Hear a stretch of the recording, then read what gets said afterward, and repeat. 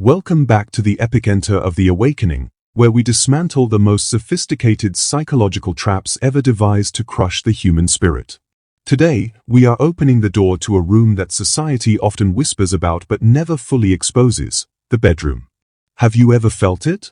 The moment you decided to honor your own body, to say no to an act that didn't feel right, and the air in the room suddenly turned into shards of ice? You were seeking respect, but instead, you found yourself in the crosshairs of a predator. We are asking the big haunting question: what happens to the narcissist's mask when you refuse to be his physical fuel? Imagine a cinematic thriller where the protagonist realizes that the person sleeping next to them is not a partner, but a high-functioning scavenger. That is the reality of the narcissistic power struggle. When you refuse to have sex with him, you aren't just declining an invitation, you are inadvertently cutting off the oxygen to his false divinity. You have committed the ultimate sin in his world. You have reminded him that you are a sovereign human being with a will of your own. This isn't about rejection.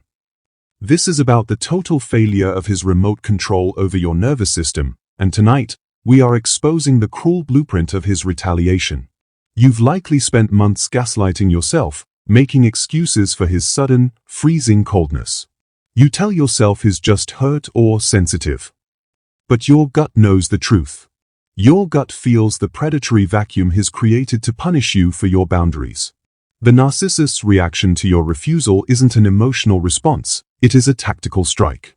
He has hijacked your biology for so long that he views your consent as a formality, not a requirement. By saying no, you have tripped the alarm in his internal laboratory, and he is about to unleash a series of psychological toxins designed to bring you back to heel. Most people don't want to discuss this because it feels too heavy, too visceral. But the narcissist thrives in that silence. He wants you to feel guilty for your own autonomy because guilt is the chain he uses to drag you back into compliance. By remaining silent about the retaliatory discard, we allow the predator to keep his hunting grounds clean. We are breaking that silence today. We are looking into the dead-eyed stare that follows your boundary, the way he becomes a ghost in his own home the moment he realizes you won't be his battery. This is the secret knowledge. Your no is the only thing he truly fears. Think about the contrast. Moments ago, he might have been love-bombing you, acting the part of the devoted lover. Now, there is a wall of static. The narcissist has effectively unplugged from you. He has no use for a mirror that refuses to show him exactly what he wants to see. To him, the intimacy was never a union, it was a harvest. When the harvest fails, the farmer becomes the butcher. The coldness you feel is the narcissist's internal reset button. He is preparing to devalue you so completely that you will beg for his touch just to feel like you still exist in his world. It is a cinematic ritual of psychological erasure. The haunting question lingers because the disconnect is so brutal. How can someone who claims to love you treat your physical autonomy as an act of war? This is the core of the addiction. The narcissist uses sex to reset the abuse cycle and maintain the trauma bond. When you remove that tool from his arsenal, he loses his primary way of sedating you. He cannot tolerate a world where he doesn't have 24/7 access to your life force. The cruelty that follows is his way of reclaiming the territory. He is not sad. He is a landlord who has been denied rent, and he is coming for the eviction. You are here because you are tired of the sexual debt he tries to impose on you. You are tired of feeling like your body is a commodity that must be traded for peace in the household. You are sensing that this is not just a relationship issue, it is a form of spiritual and emotional harvesting. The narcissist is a pharmacological predator, and he has turned your bed into a courtroom where you are always the defendant.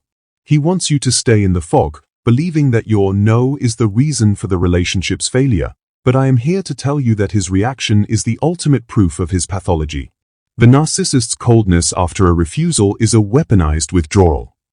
By becoming ice, he forces you into the role of the pursuer.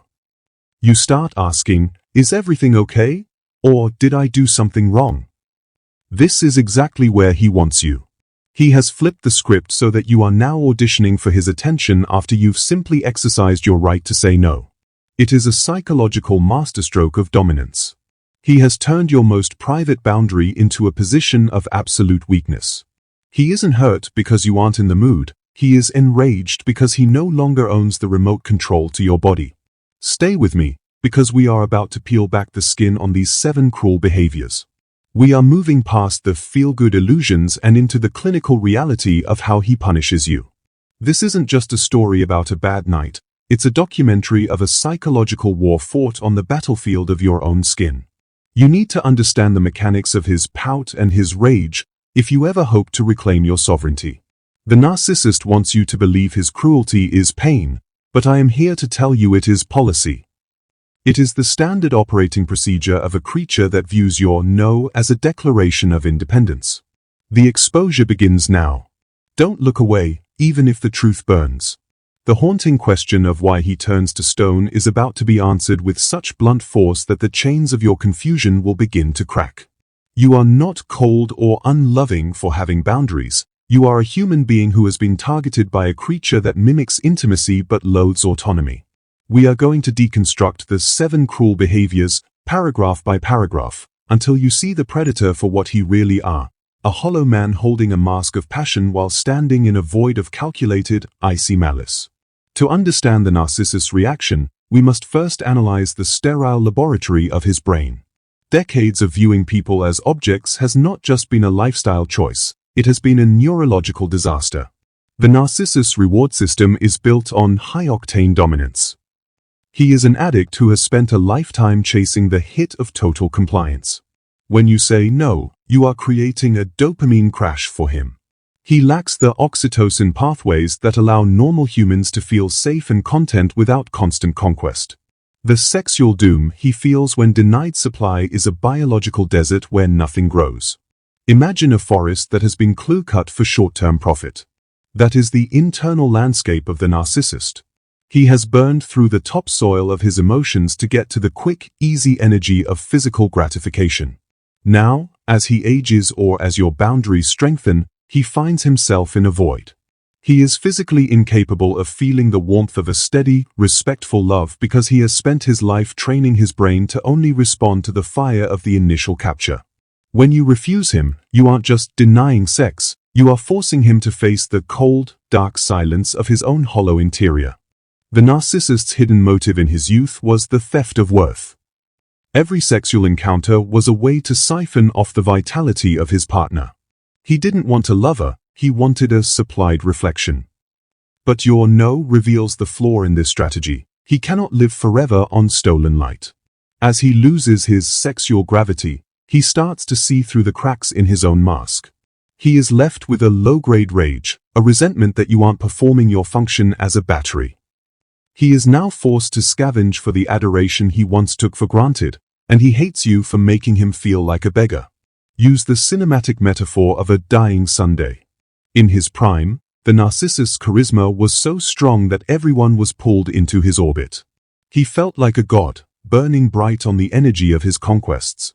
But as you set boundaries, his gravity weakens. He is entering the red giant phase, bloated, aggressive, and desperate to consume anything nearby just to stay alive. The 7 cruel behaviors we are exploring are the solar flares of a dying star. They are unpredictable, destructive, and ultimately futile. He is trying to burn you one last time before he goes cold and dark forever. The deadly curse is also a form of cognitive dissonance that becomes his permanent state of mind. He still views himself as the great seducer, yet your no acts as a mirror showing him his true age and his fading power. This gap between his fantasy and reality is where the cruelty resides. Every refusal from you is a narcissistic injury that cuts deep into his thinning skin. He is bleeding out from the humiliation of not being able to command your desire. He doesn't want to connect with you, he wants to conquer you to prove to himself that he still has the magic. His internal chaos is a feedback loop of shame and grandiosity. Because he used sex as a reset button for his insecurity in his prime, he never learned how to actually process his feelings of inadequacy. Now, as the reset button fails to work due to your boundaries, the shame is accumulating like toxic waste. He is haunted by the ghosts of the discarded. Not because he feels guilty, but because those people represent a potency he no longer possesses. Your refusal is a reminder of every person who ever saw through him. He is the king of a graveyard, and your no is the bell tolling for his ego. Let's talk about the metabolic cost of entitlement. The narcissist's lifestyle of supposed grandeur is incredibly expensive in terms of psychological energy. It requires constant masking and constant lying. When you deny him sexual supply, he simply doesn't have the metabolic reserve to keep the act going. The mask gets too heavy to hold. The cruelty you experience is the moment the mask finally falls. He is revealed to be a sexual scavenger who has nothing to offer but a collection of rehearsed lines and a desperate, predatory energy that repels anyone with a healthy soul. There is a visceral predatory fatigue that sets in when he realizes he can't break you. The narcissist is tired of the hunt, but he is terrified of the silence of being alone with himself. He has created a life where rest feels like death because he has no internal peace to rest in. His history of free sex and disposable partners has left him with a shattered attachment style. He can't be with you as an equal, but he can't leave you either because he needs your energy to survive. The 7 cruel behaviors are the claws of a parasite that is afraid of falling off its host. Why does this matter to you? Because it proves that his winning was always an illusion. While you were doing the hard work of building a life based on integrity and genuine connection, he was taking the easy route that leads directly into a psychological abyss. The sexual doom he faces is a total system failure. He is the virus that has finally run out of healthy cells to infect, and you are the cell that has developed an immunity. Your no is the vaccine. He is reacting with cruelty because he is dying in the face of your health. We are moving into Chapter 3, the dramatic turning point. This is where the 7 cruel behaviors are itemized and exposed in the cold light of day. We will explore what happens when he tries to use his old tricks on a world and a partner that has already moved on. This is the moment the deadly curse becomes an active collapse. You will see him react with a rage that is as pathetic as it is terrifying. The thriller is reaching its peak, and the secret knowledge is about to become your sovereign shield. The predator is about to discover that his entitlement is his own prison.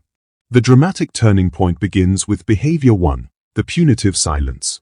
The moment you say no, the narcissist doesn't just accept it, he erases you. He enters a state of stony withdrawal that feels like a physical wall in the room. This isn't just giving you space, it is soul murder by neglect. He wants you to feel the weight of the void he is creating. He is waiting for you to break under the pressure of the quiet. He is using his silence to communicate that you are only valuable to him when you are yielding. Without sex, you are dead to him, and he wants you to feel that death in every breath you take. This shifts into behavior 2, the sexual shaming. If you won't be his supply, he will make sure you feel defective for it. He starts dropping clinical insults about your low libido or your frigidity. He might compare you to his exes who were more adventurous or more appreciative. This is the projection of his own impotence. He is trying to poison your relationship with your own body. He wants to make you believe that your no is a sign of mental illness or emotional coldness. He is pathologizing your boundaries so that you will feel crazy for having them. Watch for behavior 3, the triangulation of the ghost. When denied, the narcissist will suddenly mention a coworker who is flirting with him, or an old flame who just happened to message him. He is leaking information about his market value. He wants you to know that the drug you are withholding is in high demand elsewhere. This is a tactical strike against your security. He is trying to trigger your competitive jealousy so that you will perform just to keep the prize. He is treating his sexual attention like a limited-time offer that you are foolish to pass up. This leads to behavior 4, the pity play of the victim. When rage fails, he turns into a wounded child. He might talk about his needs with a hollow sadness, or claim that your no is triggering his trauma. This is weaponized vulnerability. He is trying to guilt-trip you into intimacy. He wants you to feel like his well-being is your responsibility. This is the most disgusting habit because it uses your empathy as a weapon against you. He is simulating pain to bypass your consent. He wants you to pity him into your bed, turning intimacy into a charity act for his ego. Then comes behavior 5, the financial and social sabotage. If he can't have your body, he will punish your life. He might forget to pay a bill, or suddenly be too tired to help with the children or the household. He is withholding labor in exchange for withheld supply. It is a transactional warfare. He wants to make your life as difficult as possible to prove that saying no has a high price tag. He is starving you of support to force you back into a state of sexual compliance. He is trading your peace for his gratification, and the trade is always lethal. Observe behavior 6, the aggressive entitlement, gaslighting. He will start to argue that sex is a marital right, or that you are abusing him by having boundaries. He will rewrite the history of your relationship to make you the abuser. This is the total inversion of reality. He is trying to delete the concept of consent from the conversation. He wants to make you believe that you owe him your body as rent for the privilege of his presence. It is a psychological plot twist where the predator claims to be the prey to justify his theft of your autonomy. Finally, we see behavior 7, the immediate search for new supply. If your no remains firm, he won't work on the relationship, he will scavenge. He will be on dating apps or texting old flings within hours. He is proving your disposability. He wants you to see that he is replacing you in real time. This is the final discard of the spirit. He is showing you that you were never a person to him, you were just a source. And when the source dries up, the parasite simply unlatches and crawls to the next healthy body. It is a cinematic documentary of human garbage. The dramatic shift in power happens when you realize that none of these behaviors are about passion. They are all about control. The narcissist's lust is just aggression wearing a silk tie. Your refusal hasn't hurt his heart, it has damaged his remote control. The 7 behaviors are the screams of a control freak who is losing his grip. The secret knowledge is that he is absolutely dependent on your reaction. If you stay neutral, clinical, and unmoved, he has no power. Your indifference is the garlic to his vampire. The plot twist for you is the realization that you are not the problem. His reaction is a diagnostic tool. If a person reacts to your no with punishment, they were never loving you, they were consuming you. The 7 cruel behaviors are the red flags flying over a toxic wasteland. By saying no, you have exposed the predator in his natural habitat. You haven't ruined the relationship, you have exposed the fact that there was no relationship to begin with. There was only a transaction, and you have cancelled the contract. We are moving into Chapter 4, the collapse and the silence. This is where the deadly curse takes its final toll on his internal peace. We will explore the internal panic and the social erasure that defines his final years as you walk away. The tone is getting harsher and more brutally truthful. The narcissist is about to face the ultimate consequence of a life built on theft. He is about to discover that when you treat everyone like a prop, you eventually end up standing on an empty stage. Your healing is his erasure. The collapse of the narcissist is a slow-motion tragedy that takes place in the grey room of his own isolation. This is the internal panic phase of the deadly curse. 4 years, he used the noise of conquest and sexual dominance to drown out the screaming silence of his own emptiness. But as you and others walk away, the noise stops. He is forced to sit in a room with the one person he has been running from his entire life, his true self. And that person is a monstrous stranger. The panic is absolute because he has no internal resources to cope with being alone and unimportant. Socially, the consequences of his 7 cruel behaviors are total social erasure. The narcissist never realized that relationships are investments in the future self. By treating your no as a crime, he has ensured that no one is standing by his side in the winter of his life. He is sexually doomed to a clinical aging, a life of paid supply and temporary distractions that see him not as a great seducer, but as a pathological nuisance. This is the ultimate humiliation. The man who once owned the room is now managed by people who find him irrelevant. The tone here is dark and brutally truthful. the aging narcissist is sexually irrelevant, and that irrelevance is a death of 1,000 cuts to his ego. He still has the hunger, but he has lost the bite. He spends his time stalking the success of the survivors, scrolling through the social media of the people he tried to break, and feeling a rage that is as hot as it is helpless. The free sex of his youth was a high-interest loan he took out on his future peace, and now the collection agency of reality is at the door. He is bankrupt in a world that demands integrity. Watch the unraveling of his sexual identity. The narcissist often turns to degradation or bizarre behaviors to feel a flicker of the old power. Because normal intimacy is a closed door to him, he explores the darkest corners of the human experience, looking for a new shock to reset his fried dopamine receptors. This is the end stage of sexual doom.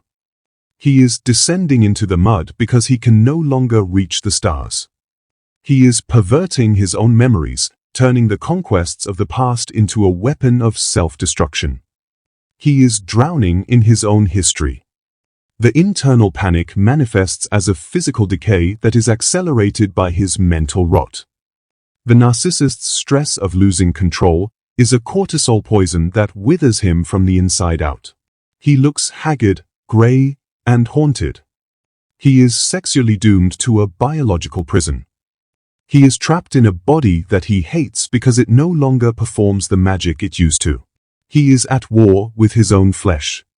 He spends fortunes on anti-aging and performance enhancers, but he is trying to put a new coat of paint on a rotted foundation. The doom is structural. Let's talk about the social erasure of his legacy. The narcissist has no children who respect him, no partners who cherish him, and no friends who know him. He is a biological dead end. His history of 7 cruel behaviors has left him with a legacy of trash. He is a disposable human who treated the world as disposable. The deadly curse is the realization that when he leaves this world, he will leave no trace in the hearts of others. He is a flicker of static about to be swallowed by the black. He is sexually doomed to a final discard by the universe. The narcissist enters a state of hypervigilant paranoia. He thinks everyone is judging him, laughing at him, or plotting against him. This is the projection of his own self-judgment. Because he judged others by their utility for decades, he assumes the world is judging him by the same brutal metric. The sexual doom is the mirror he cannot break. He is haunted by the image of his own obsolescence. He is like a fading actor in a dark alley, still practicing his seductive smile for a poster that has been ripped down. He is dead air. The consequences reach their peak in the silence of the night. The aging narcissist is a chronic insomniac. He is terrified to sleep because the silence is when the deadly curse speaks the loudest. In the dark, the grandiosity vanishes, and he is left with the cold, hard truth. He is a vessel of regret. He has traded the eternal for the fleeting, and now he has nothing. The 7 cruel behaviors were the anesthesia that is now wearing off, and the pain of reality is unbearable. He is sexually doomed to a wakeful nightmare. He is sinking. Use the cinematic metaphor of the draining battery. The narcissist's life force was always stolen. He never generated his own light. Now that he can no longer steal from you or others, he is dimming. He is flickering toward a permanent dark. The sexual doom is the final low battery warning. He is scrambling to plug into anything, any drama, any conflict, any last-ditch conquest, but the outlet is dead. He is alone in a world of power with a dead soul. It is a brutal truth. The predator is starving to death in a sea of plenty. We are moving into Chapter 5, the final truth and the sovereign healing. This is where we deliver the final punch and focus on Nu, the survivor. We will explore how his doom is your freedom. We will provide the final closure that you don't need from him. The tone is getting empowering, cinematic, and elevated. The narcissist is trapped in the gray room, but you are walking out into the sun. The deadly curse is his fate, But healing is your choice. The secret knowledge is about to become your final victory. The credits are about to roll on his horror movie. We arrive at the final truth, the punch that shatters the spell and severs the chain. The narcissist's sexual doom and his 7 cruel behaviors are not a tragedy you should mourn. They are the biological justice of a universal law.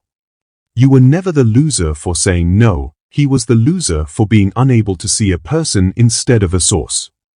His deadly curse is the proof of your value. The fact that he collapses in the silence of your absence proves that the energy he tried to steal was the only thing keeping him human. You were the source, and he was the void. Emotional closure comes from the absolute recognition of his nothingness. You stop waiting for an apology, because an apology from a void is just more static. You realize that his sexual doom is the apology of the universe. The secret knowledge is that the narcissist is already dead inside. He is a biochemical ghost wandering through a life he never inhabited. Your healing begins the moment you stop looking back at the predator and start looking forward at the sovereign. You are not a victim of a predator, you are a survivor of an entity that is now obsolete. Empowerment is the reclamation of your own narrative. The narcissist tried to write you as a disposable utility in his theater of conquest. But you have taken the pen back. You are rewriting the script of your life with integrity, authenticity, and sovereign desire as the lead characters. The 7 cruel behaviors of the narcissist are the subplot that resolved itself when you walked away. You are no longer competing with the shadows of his stolen youth. You are standing in the sun of your own future. You have transcended the thriller. Let's deliver the final truth punch. The narcissist's entitlement was a declaration of bankruptcy. Every command for your body was a confession that he couldn't afford the price of a real connection. He stayed in the shallows because he was terrified of the deep. But you are the deep. You have the capacity for suffering, and therefore you have the capacity for joy. You have the capacity for loss, and therefore you have the capacity for love. The narcissist is sexually doomed because he sold his depth for a puddle. You are an ocean. The sovereign healing is a cinematic closing of the sacred self. You are sealing the doors of your energy field to the predatory frequency. You are tuning your soul to the frequency of the real. You look at the old narcissist and his 7 cruel behaviors, and you feel a clinical indifference. He has no power over you because he has no reality. He is a glitch in the simulation of love that you have already exposed. You are whole. You are sovereign. You are free. The deadly curse is his prison, and your no was the key to your freedom. Provide yourself with the final closure. I was never broken, I was only targeted. And now, I am reclaiming my light. The narcissist's sexual doom is the mulch for your new garden. You are using the pain he gave you as the fuel for your ascension. You are becoming the person he was terrified you would be, a person who is self-sufficient, spiritually aligned, and utterly untouchable. The deadly curse is the final act of his hollow drama, but your healing is the first act of a new reality. You are the alchemist of your own trauma. You are sovereign. Think of the survivors watching this right now. We are a tribe of the awakened. We are the light that exposes the void. By witnessing the 7 cruel behaviors of the narcissist, we are validating the truth of the heart. We are ending the generation of sexual entitlement. We are reclaiming the sanctity of consent and energy. Your healing is a revolution against the predatory matrix. You are the living proof that integrity wins. The narcissist is sexually doomed to isolation, but you are destined for union with self and with source. As the credits roll on this psychological breakdown, remember the final line. The predator's winter is silent, but the survivor's spring is a symphony. The narcissist is trapped in the memory of a conquest he can never feel again. You are entering a warmth that will never fade. His sexual doom is the static that is fading into the black. Your life is the signal that is getting stronger. You have survived the curse, and you have claimed the blessing. The thriller is over. The truth remains. You are invincible. You are sovereign. You are free. Let the hypnotic reality of your freedom settle into your bones. The narcissist's 7 cruel behaviors are a natural law of pathology that you don't need to enforce. You can drop the burden of justice and retribution.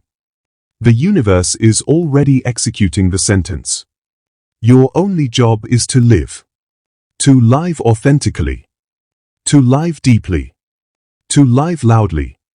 The sexual doom of the predator is the vacuum he created. Your life is the atmosphere that fills the space. You are the winner because you remained human in the presence of the inhuman. You are the light. You are walking out of the graveyard and into a world where your no is a sacred boundary, where your energy is protected, and where your body is no longer for sale. The narcissist is left behind, a starving ghost in a hall of mirrors, forever chasing a source he can never hold. He will continue his 7 cruel behaviors in an empty house, but he will do it in a world where you no longer exist as his prey. Your no was the final word in his story, and the first word in yours. Remember this as you reclaim your throne. The predator owns the trap, but you own the escape.